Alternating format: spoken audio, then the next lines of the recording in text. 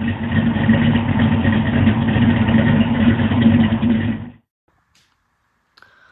this is Brent with Lykins Motorsports. Happy Memorial Day weekend. We're working today, try to chip away at a few of the final things that we have to do on this 464 Clevor. If you keep track of the videos last week, we got our intake rockers on. We measured for exhaust, push rod length, got our intake on, as well as our two 850 carburetors. We plumbed our fuel lines, got our regulator. So I'm seeing comments about deadheading the fuel pump. It's not a bad thing to deadhead the fuel pump. This engine will have to be obviously ran off of an electric pump. This is on here. He can use this later on, but this is on here for the dyno. So I don't really care if the pump is deadheaded on the dyno. It doesn't really make any difference. In the car, it doesn't really make any difference if it's deadheaded or not, but he can run a bypass as well back to the tank if he wants to do that. It's more of an issue with EFI systems when you have extremely high fuel pressures in comparison to carbureted fuel pressure. Again, this is going to run about 6 pounds or so. We did get our GZ Motorsports vacuum pump on, or not on, but in. So we're going to focus on that for this episode.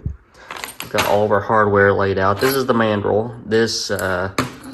This bolt right here takes place of the crank bolt that we have in there. So we're going to back it out first thing and get this mandrel made. We've got some March pulleys. So we've got a crank pulley and a water pump pulley as well.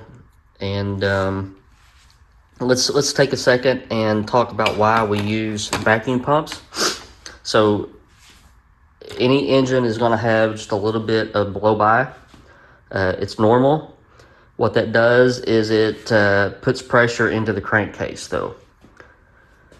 So when you use a vacuum pump, you can basically evacuate a lot of that pressure from the crankcase. When that happens, you can use a thinner set of piston rings. You can also use vertical or lateral gas ports on the piston. So that combination of all that stuff just basically translates to more horsepower. The gas ports allow the combustion gases and pressure to go behind the piston rings, push the piston rings out harder against the cylinder wall, which translates into more power. So there's lots of advantages here. And some of these vacuum pumps, if the engine is sealed up really well, can pull 10 or 12 inches of vacuum. And you have to be really careful about doing all that. Even something as an intake manifold bolt that would allow, not necessarily on this engine, but on another engine, that would allow a leak to occur, an air leak, would not let you pull the amount of vacuum on the engine that you want to pull. So all of this is done in the motive of making more horsepower. Horsepower is cool. So as I just mentioned, we're going to get this ARP balancer bolt out. We'll get our pulley mounted. We'll get our mandrel in there, and then I'll reconvene with you. An easy way to do that is to put a couple of bolts into the back of the crank. I have a very long straight screwdriver that I go in between the bolts, and I can just back the engine up until that screwdriver comes into contact with something here. It'll basically foul the crank, and then I can loosen that bolt up. So let's get that done. Okay, here's our vacuum pump mandrel. Basically all that does is just space this out here far enough that you can get your belt on in alignment. Next task is to go ahead and put the mounting bracket on and just see. We'll have to put the pulley on our pump on as well and just see if we're lined up or not.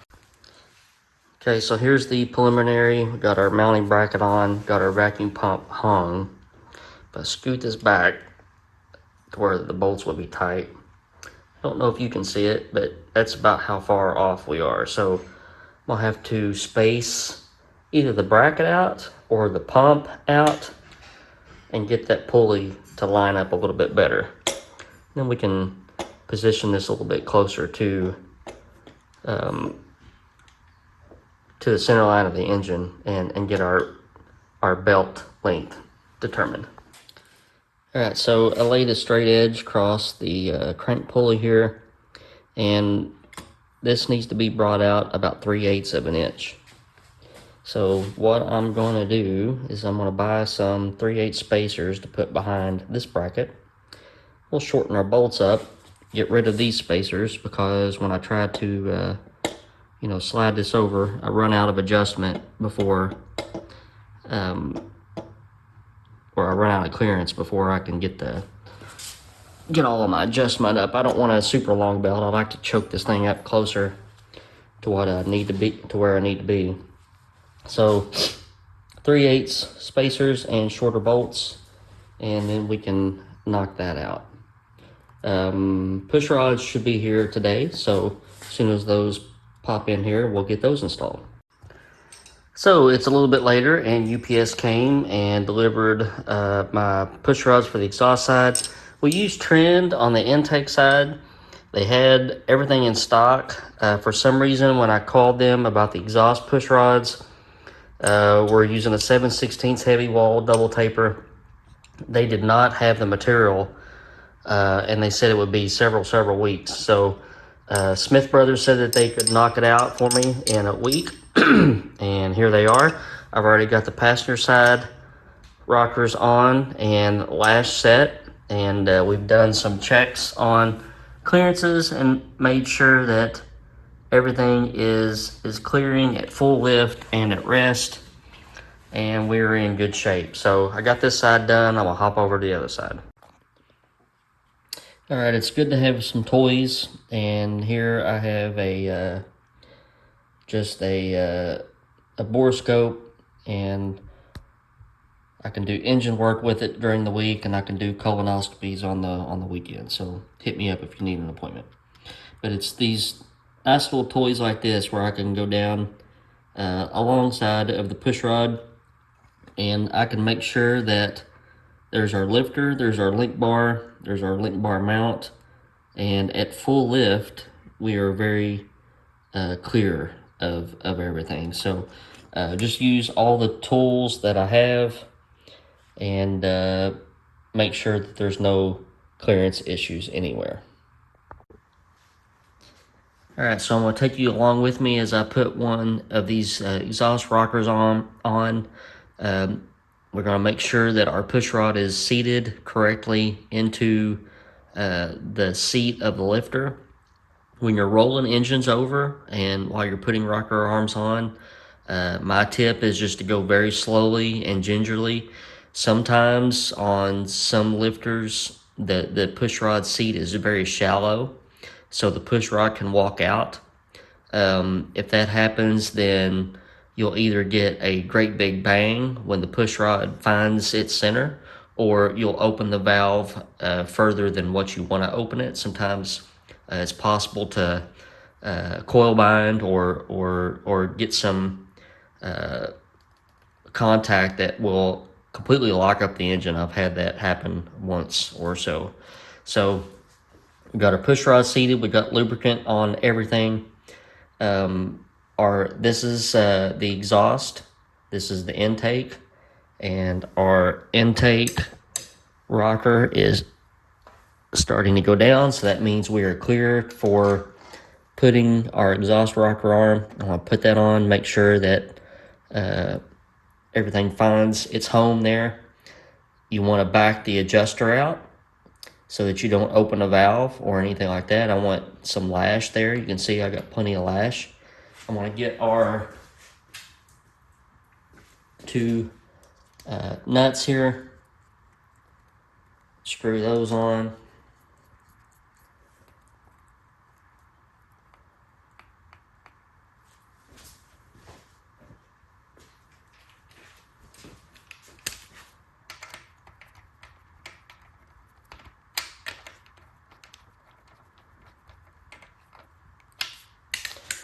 These torque at 23 pound-feet.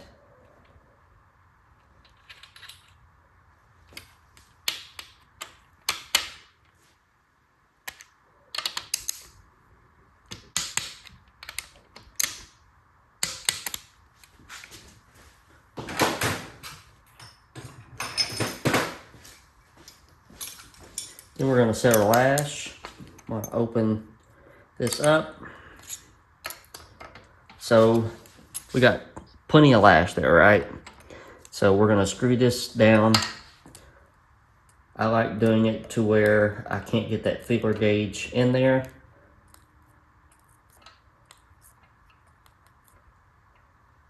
And then just open it up ever so slightly until it slips in. Alright, so we got all of our rocker arms on. I'm going to pull the distributor out and stick a primer in here and just make sure that we get oil trickling from every rocker.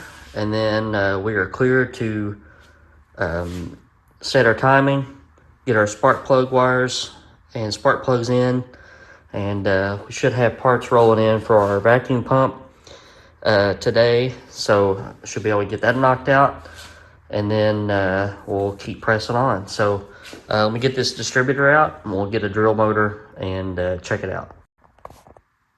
Okay, we're using our 1/2-inch electric drill. I had to open the throttle up on this to get a good straight shot at the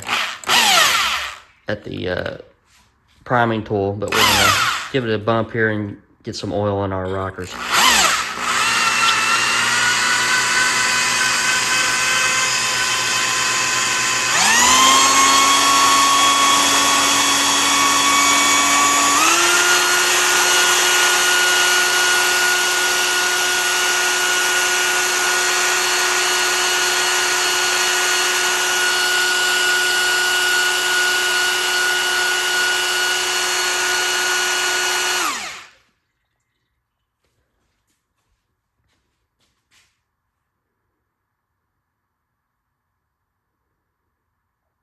Very good, we got oil flowing.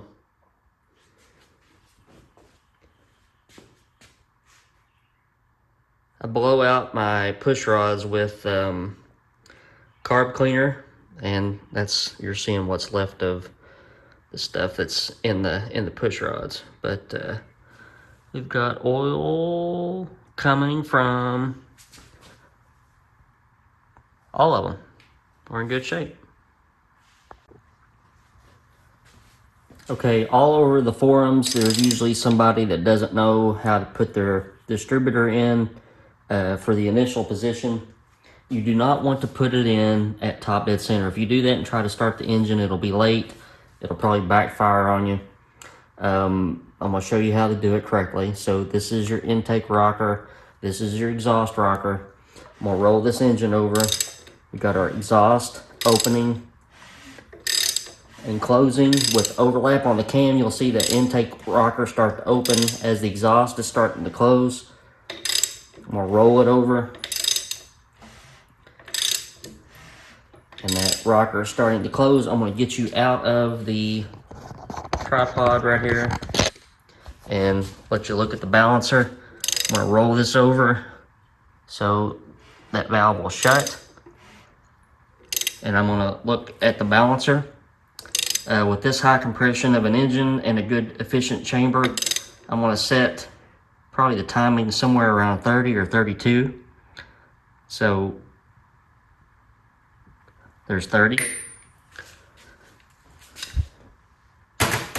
We were on number 1 cylinder on a Ford.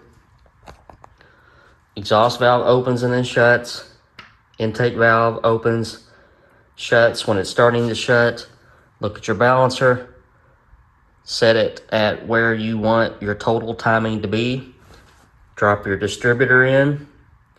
Make sure the rotor points at the number 1 terminal on the distributor cap. And we're moving right along. Got our vacuum pump all solidified, got our belt on. And all that's left is we did get our distributor in and timed. Distributor cap is on, wires are on. We barely have just enough clearance for that distributor to move over top of this water neck. You can adjust the timing all you want, but there's just barely enough room for it. Sometimes it's hard to make all these aftermarket parts work together from different brands and different designs. But we're gonna get our valve covers on. The valve covers need just a little bit of work to make the fittings work. I got to put kind of like a bulkhead fitting in one so that we can pull vacuum off of our vacuum pump. So this is the inlet. So we'll suck off of this fitting here to the valve cover. This is our outlet. This will be to our puke tank. So run a hose from here to a puke tank that will be mounted on in the car somewhere. So I think all that we can do, I did order that bulkhead fitting, and it probably won't be in until the middle of the week, but we can set our valve covers on here and button the engine up so that it's nice and clean inside, or stays nice and clean inside. But we'll get that done, and then I'll have some closing remarks for you. All right, so I want to thank everybody for hanging in on this video. We just got just a little bit of work to do yet. Little valve cover work, and hook those up to our vacuum pump. Should be ready to dyno here in a week or two.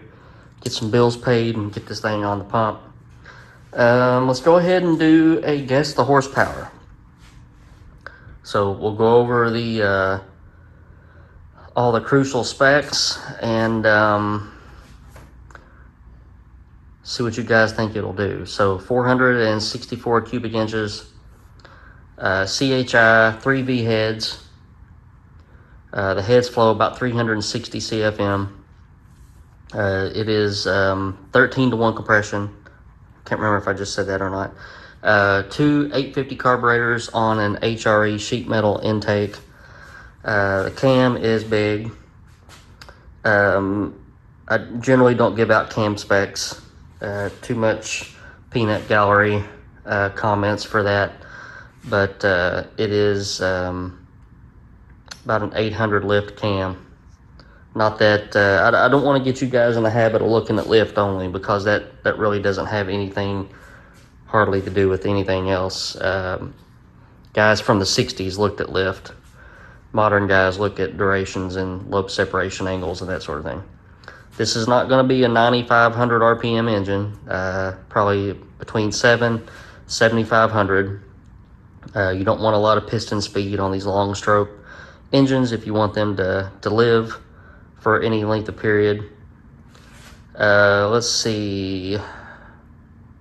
That's all the crucial stuff.